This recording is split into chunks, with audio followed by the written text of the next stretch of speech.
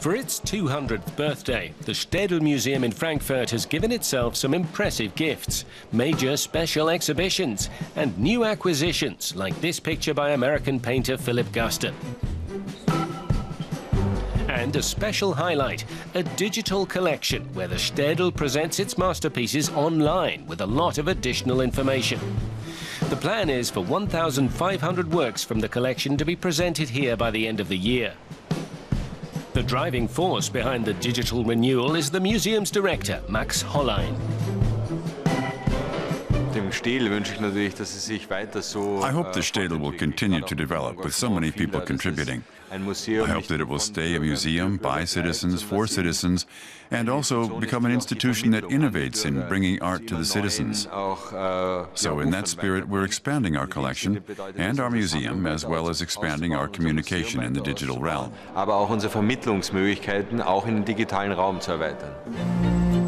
In the physical realm of the museum, there's currently a major exhibition titled Monet and the Birth of Impressionism. It features 50 paintings by the popular Impressionist artist.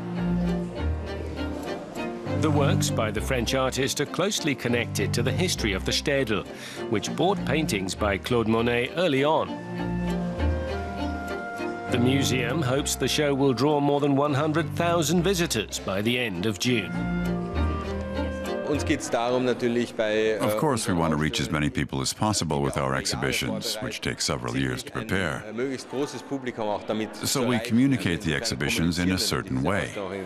In the end, we're not so much interested in maximizing the number of visitors as in reflecting our collection through major and also smaller exhibition events.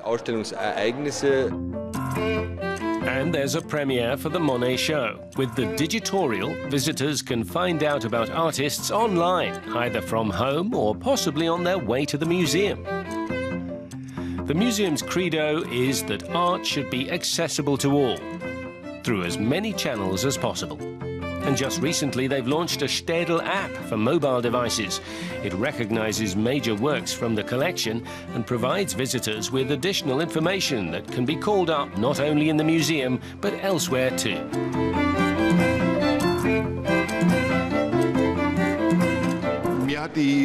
The app helped me a lot because I got a look at the pictures that I could expect to see here beforehand and find out a bit about them online.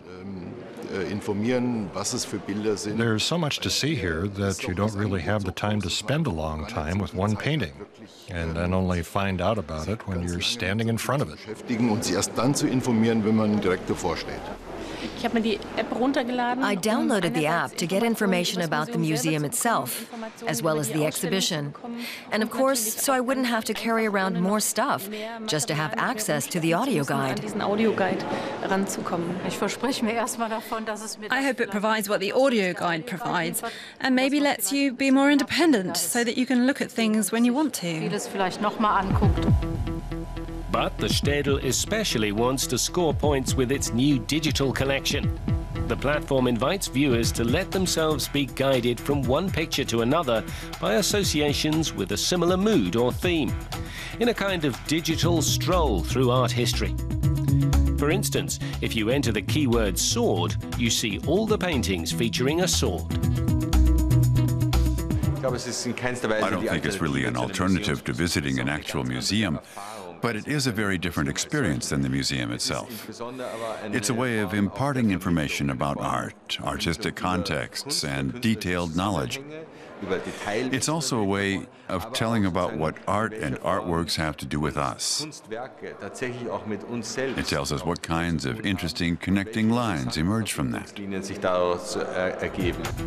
Städel, of course, also maintains an active social media presence on social networks such as Facebook, Twitter, and Instagram.